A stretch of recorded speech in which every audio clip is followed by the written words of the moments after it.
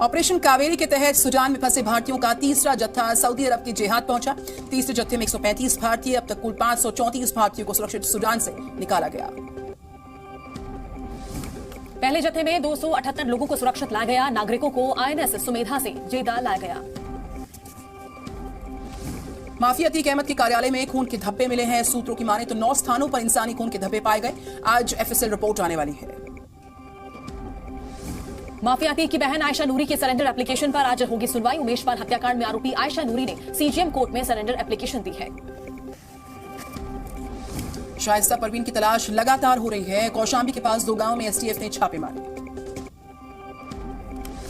जानकारी के मुताबिक शाइस्ता के साथ अतीक की बहन आयशा नूरी भी मौजूद है। कौशांबी के असरावल खुर्द और असरावल कला गांव में छापेमारी।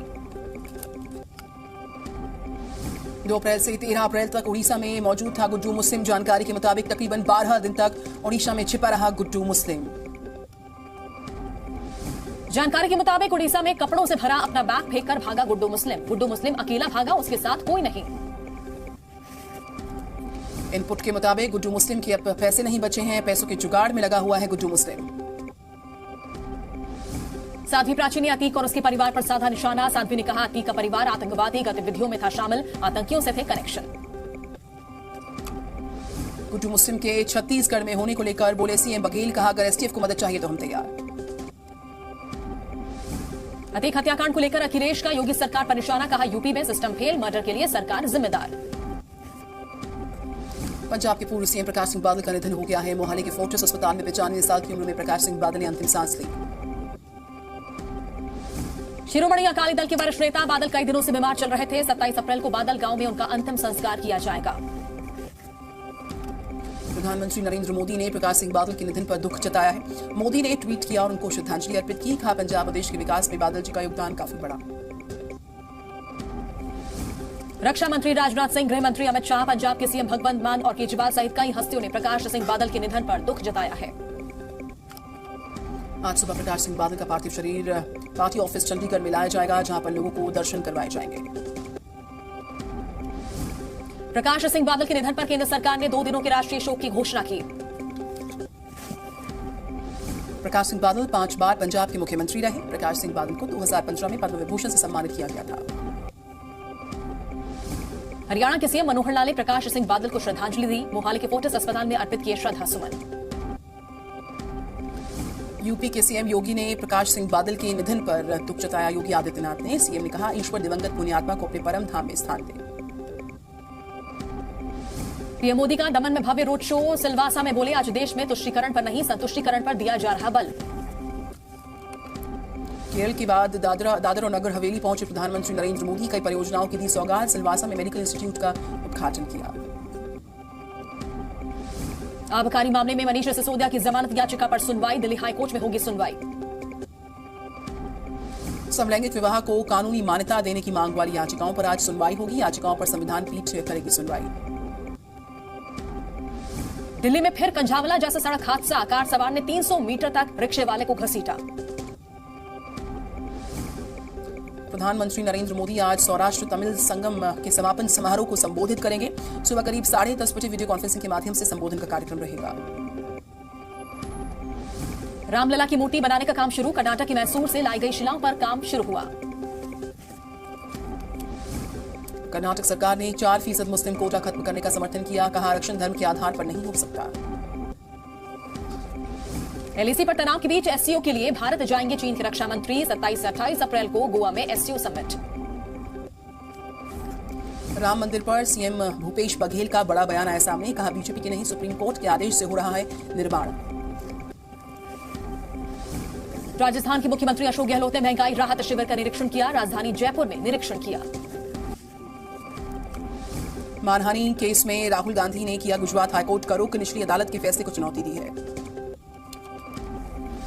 कर्नाटक चुनाव को लेकर बीजेपी का प्रचार तेज। यादगीर में गृह मंत्री अमित शाह ने किया रोड शो। जीत का किया दावा।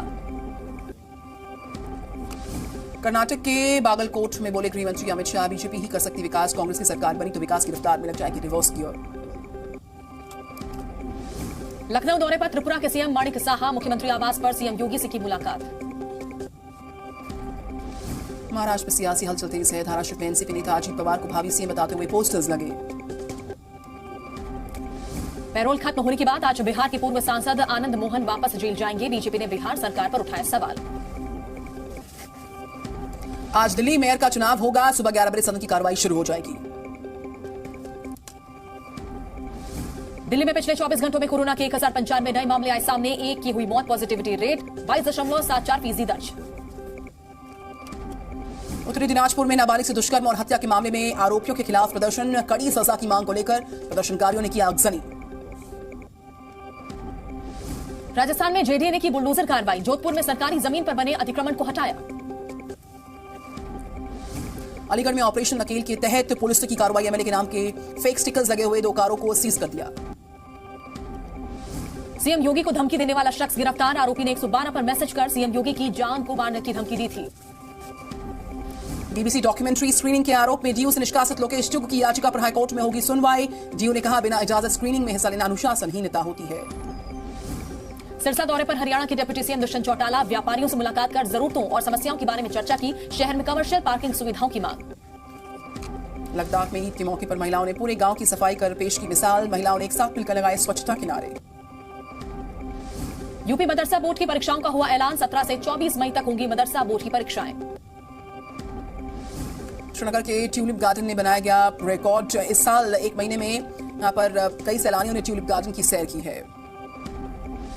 इंदौर की एक युवती के साथ मैट्रिमोनियल साइट पर दोस्ती के बाद धोखाधड़ी का मामला। 82,000 रुपए ऐंठने के बाद शख्स देने लगा धमकी। मामले की जांच में जुटी पुलिस।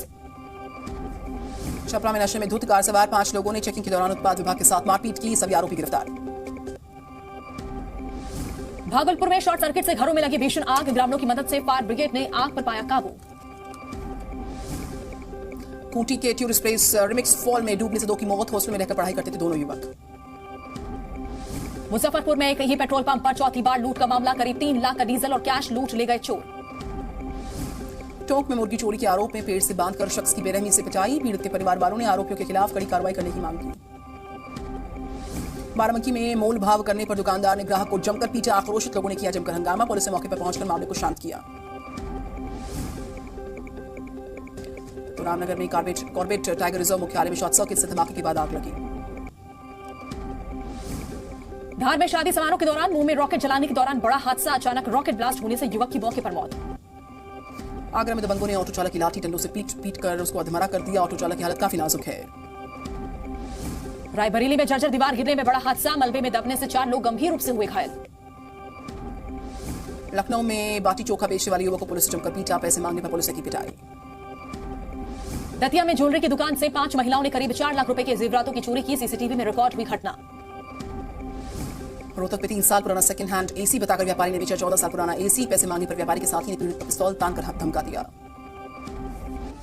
वजीराबाद में शराब के नशे में कार चालक ने बाइक को रौंदा। गुस्साए लोगों ने कार ड्राइवर को जमकर पीटा, फिर पुलिस के हवाले किया। संभल में प्रेमिका की शादी में अड़ंगा डालने के लिए शख्स ने रची साजिश। सोशल मीडिया पर बनाई अपनी हत्या की झूठी वीडियो। पुलिस ने किया गिरफ्तार। लखनऊ में पार्षद पद का टिकट न मिलने पर सपा नेता ने लगाए पोस्टर में लिखा, सपा विधायक बेवफा है। कर्नाटक के तुमकुर से सामने आया खूबसूरत वीडियो। बीएसएफ जवानों पर लोगों ने बरसाए फूल। आरती करके स्वागत किया। इंदौर के जू में आए नए मेहमान शेरनी सुंदरी ने 3 शावकों को दिया जन्म। पटना के गांव में दबंगों ने एक लड़की को जमकर पीटा। सोशल मीडिया पर वीडियो वायरल। जमीन विवाद में की मारपीट। शहडोल में बारिश के बाद खुली नगर पालिका की पोल। सड़क पर जलभराव के बीच गड्ढे में फंसी स्कूटी। बाल बची युवक की जान। छतरपुर में 2 पक्षों के बीच लाठी डंडों के साथ मारपीट का वीडियो वायरल हुआ। वीडियो में कट्टा लोड करता दिखाई शख्स। राजस्थान के जालोर में पहाड़ों पर फैलती जा रही है आग। आग फैलने से जानवरों पर मंडरा रहा खतरा। मध्य प्रदेश के बड़वानी में कृषि विभाग के स्टोर रूम में लगी आग। फायर फाइटर्स की मदद से इस पर काबू पाया जा सका।